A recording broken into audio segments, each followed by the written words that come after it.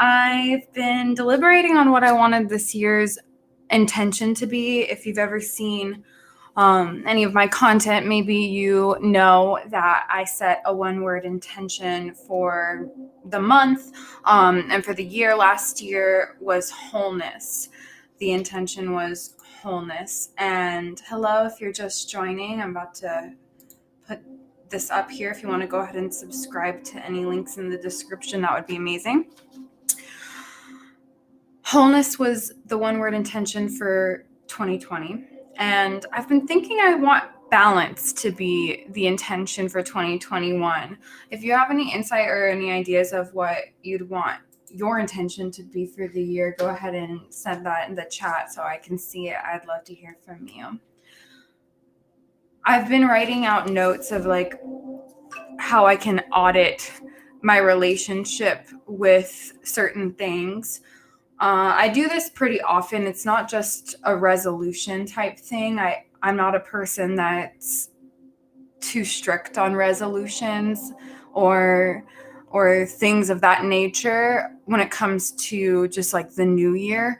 But I do think it's important for us to do these kinds of things and to take that account for everything, to take accountability for everything in our lives. And that's what I do. So I've been thinking about, what am I trying to look into starting a new relationship with for, this year moving forward? And what do I want my time here to look like?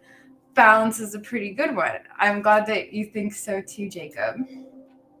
So I've written out a few things of what could work for me and just kind of taking, like I said, audit of where I need to grow still. And we all have so much room to grow, don't we? One of them is my attitude toward life in general. Sometimes I can get frustrated, and I think a lot of people feel this way, but it's like you can lose sight of purpose here or why. I'm getting love from all the platforms. Hello, Karina in the house. Hello, Luke. And hello, I don't know how to, Iriarte Escobar. I'm Yosef Urarth. I butchered all of that. I tried. So back to what I was saying, though, just to try to kind of hit home with what it is I'm saying. Attitude in general is so important. There's a quote. I'm going to pull it up so I can read it because it is one of my favorite little excerpts of, I guess it would be a poem technically, but it's by Charles Swindoll. First I'll read it and then I'll tell the story of how I came across this quote because it is rich. It is beautiful. Let's see. The longer I live, the more I realize the impact of attitude on life. Attitude to me is more important than facts. It is more important than the past, than education, than money, than circumstances, than failures, than successes, than what other people think or say or do. It is more important than appearance, giftedness, or skill. It will make or break a company, a church, a home. The remarkable thing is that we have a choice every day regarding the attitude we will embrace for that day. We cannot change the inevitable. The only thing we can do is play on the one string we have, and that is our attitude. I am convinced that life is 10% what happens to me and 90% how I react to it. And so it is with you. We are in charge of our attitudes. And by golly, that is some of the most truthful stuff I've ever encountered. And the story of how I encountered it is, to me, kind of hilarious because of its irony. And I love to share how it happened because it's just absolutely the most like appropriate for what that quote says. I was alone on the island that I grew up on, and I was cleaning up hurricane debris. Hurricane Michael had come through months ago, but there was still debris all over the bottom of my house. My parents were struggling. Don't even remember if they were together at that point in time or if my mom was there. I don't know. All I remember is that I was, in all transparency, in the thick of my period cycle and in the heat outside in Florida, cleaning up debris alone, and I was pissed. And I was struggling. Like, I was carrying heavy boxes of my mom's college books that were water damaged out to the side of the road, and I was ready to quit. And I got to this one box and I lifted it up, lifting with my knees or my legs or whatever, not my back, or trying to. And I have this big box of heavy books in my hand, and I'm walking and I don't get far before the box starts to tumble out of my hands, and I catch it with just one corner. And then it continues to tumble, and the one corner I grabbed onto one page, and I fell back and everything fell forward and busted open. And all I had in my hand was a piece of paper, and the top in bold said attitude. And it had that quote. And in that moment, I saw for the first time what it is that I now have become so intimately in tune with for my own self, in changing the way I view things and shifting my attitude purposefully. And that is something that moments like that in life are so difficult and such a gift, because I wouldn't go back to that moment to relive it. Like, I would trade to do anything, not anything, but a lot of things to not do that again. But I look back on that moment with such a fondness and such an appreciation, because it opened my mind, my soul to understanding attitude. And I struggle with attitude. I have always been a person with a lot of attitude. I've always been what's the word? Called into question because of my attitude, or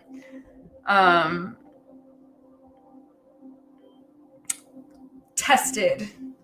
I don't know. But shaping what that looks like and shifting that mindset isn't something that happens in one moment, in one story like that. It happens from a lot of different moments and a lot of stories like that. And it makes me think about something that I recently learned about the mind, and to turn things kind of scientific for a second. It's like, we talk about how our brains are computers. But what science has found is that it's actually more appropriate to think of our minds like a lot of mini nanocomputers. Like, every single neuron that we have is a new computer. Our brain itself isn't just one. It's a macro mega computer that's built from trillions of tiny little ones, which means it's trillions times more complex than we were saying it was when we said it was just a computer. And so it makes sense that we have to experience these moments over and over and over and over again to be able to really learn them, to be able to have the lesson be so ingrained in us that it's something we've actually healed from, that it's like whole body cellular repair. And the fact is that at least I want to bring that positive transformation to my life and heal my heart, and have it be golden, and yet weightless at the same time.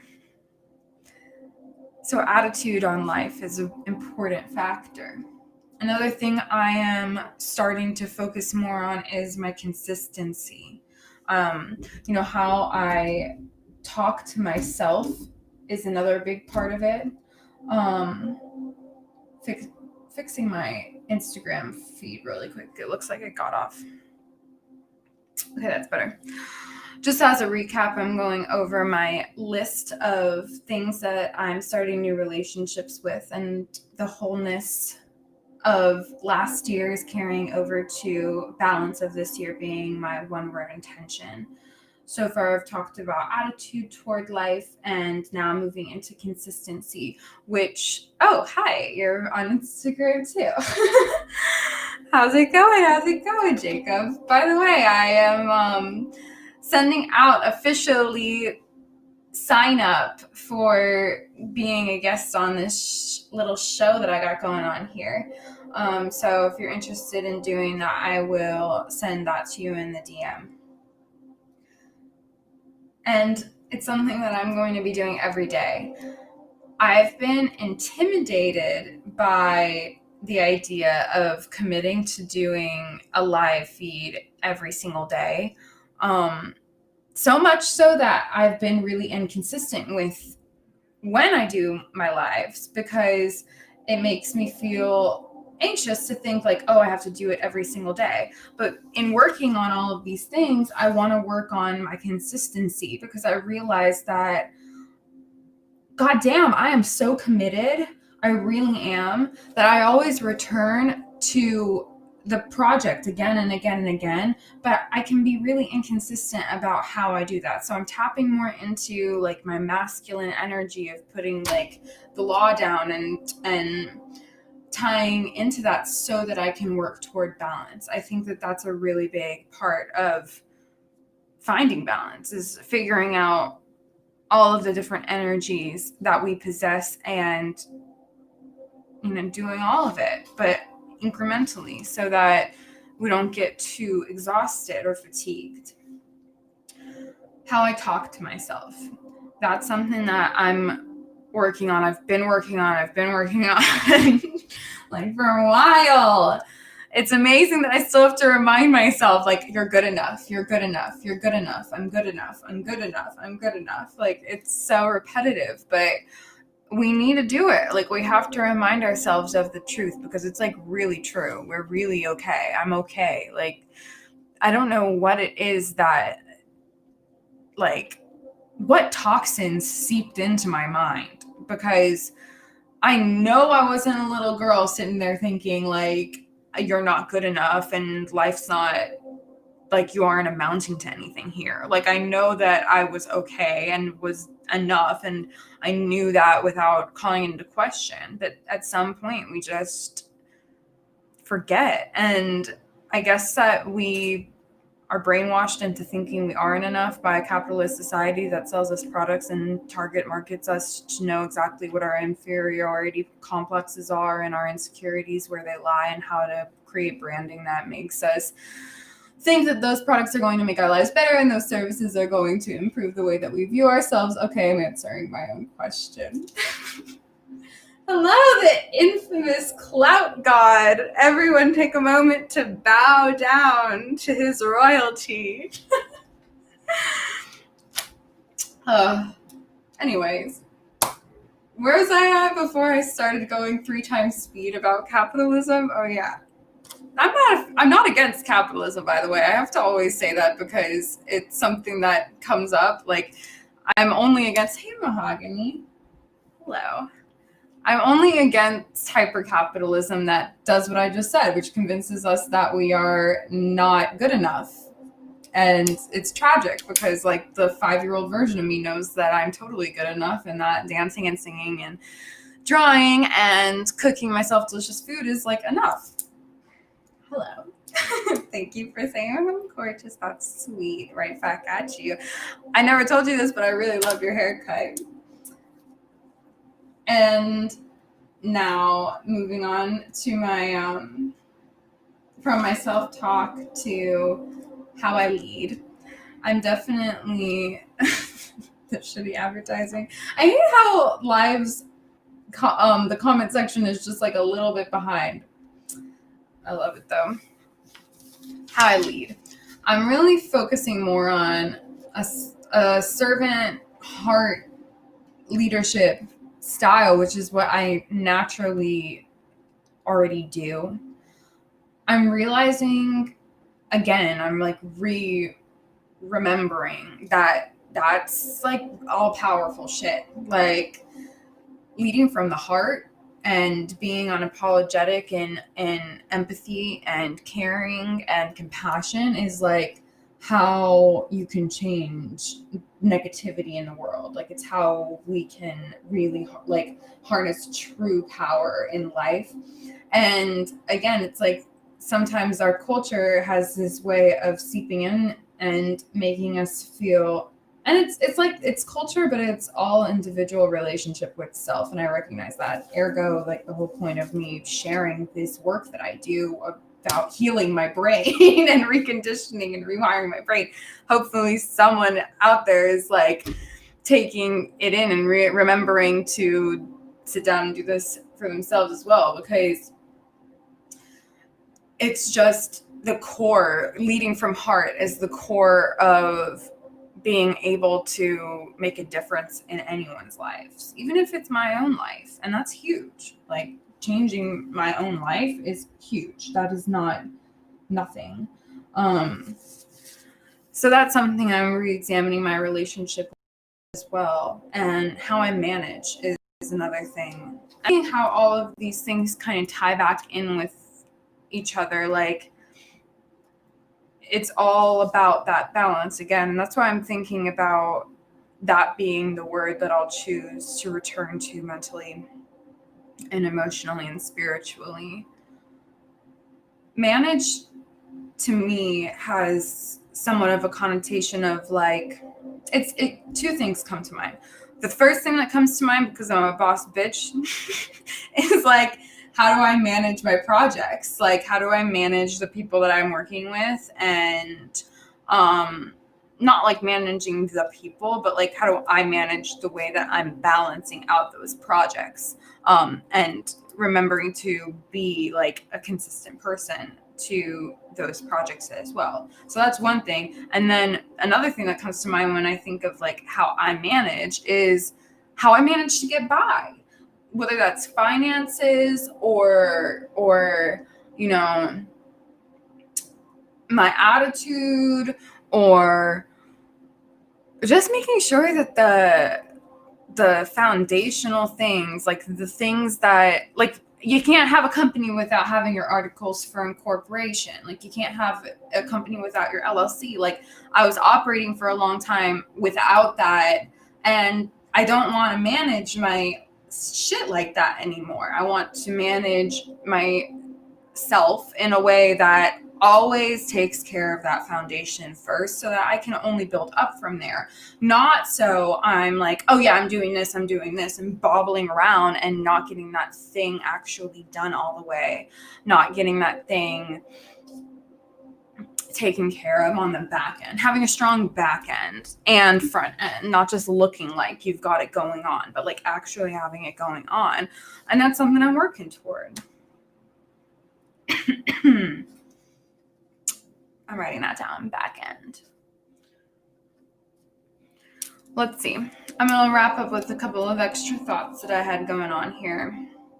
I'm grateful to be where I am at today. In this moment, I am becoming.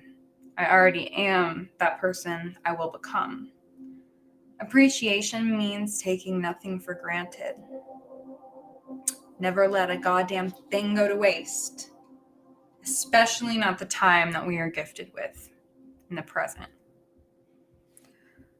These are the thoughts that I have. I had written one other list in the same vein about sort of the separation of what I'm leaving behind. I think it's important to kind of sit in the melodrama or the meliorism of these kinds of things, because of like letting go parts of ourselves and growing. It's important. It's important to say goodbye to the negative parts of ourselves that we don't want to perpetuate. Like just ignoring feelings, I really don't think is the answer. I think we have to, I think it's tricky because the moment that we entertain certain emotions, then they get the best of us. And it's like, I'm weepy eyed all day for no real reason. But at the same time, I have to acknowledge that that feeling is coming up so many times to be able to close the door on it and really have that whole body cellular repair. So I think it's important to write out little lists and think about what energy I'm keeping and what energy I am letting go. And I'll read the list. What energy I leave behind: doubt, superiority, inferiority complexes, chaos, those who don't account for me, judgment, being underestimated, questioning if I'm loved. That one. It's so dumb. What is it? Does anyone else experience this? Because I know you're watching. Like, it's silly. I literally convince myself I'm unloved. And saying it out loud, it's like psychotic or something. But I know that other people feel this way too. So I know I'm not just making it up. And it's not real. I know it's not actually me convincing myself that I'm unloved. I know that, thank you for joining. I know that what it really is my subconscious trying to get the best of my capital S self. I understand what it is from a consciousness standpoint, but it's ridiculous to witness, isn't it? The energy I'm taking with me. These are words that I've found describe me, and some of them I'm like, yes, I love that adjective for me, and other ones I just kind of like, I'm like, yeah, I recognize that this is true, and I'm moving forward. Here are the first ones that I'm like, yes, these describe me and I think are good attributes. Powerful, intuitive, assertive, magnetic, strong-willed, charismatic. The three that I don't want to say good or bad because I really don't view it that way. I think what I'm dealing with in this moment is probably the idea that I should judge whether or not they're good, because the reality is these are just things that are true. Resistant. I recognize that. Secretive. Yeah. It's true. It's just true. I don't know. It's not good or bad. It's just true. Domineering. Also just true. I want to move forward with feeling calm. Like always. Equanimity. That's the word. Yeah. Equanimity. Equanimity is feeling calm even in a state of apparent chaos. And that's something that I've gotten, and I think a lot of us have gotten like really good at this year amid all of the challenges. And I want to continue moving forward with that. I want to get to a point where it doesn't even really feel like I'm in the midst of chaos. Like I'm just calm, and that outside world, that external, can't touch me unless I let it in. I think that we already all kind of are at that point, but some of us are just more in tune with how much we have the ability to control that. Well, not control, but to the ability to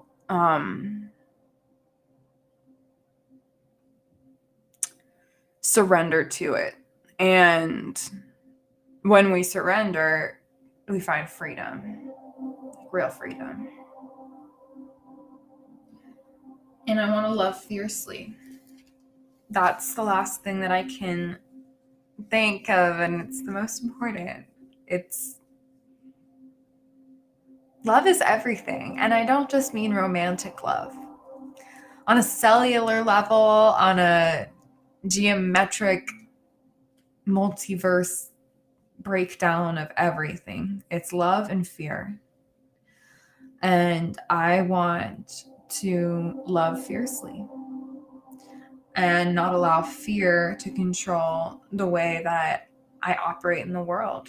And I'm really proud of my growth because I can honestly say that it's true, that I don't allow fear to be the operator. I push forward and I continue, and sometimes I take breaks and I take a moment and step away if I feel like fear has the best of me. I don't make operational choices, but the only point I would make in taking a step back for a moment and pausing is so that I can work through that fear and let it go, so that I can get to that state of love again and make it real and authentic.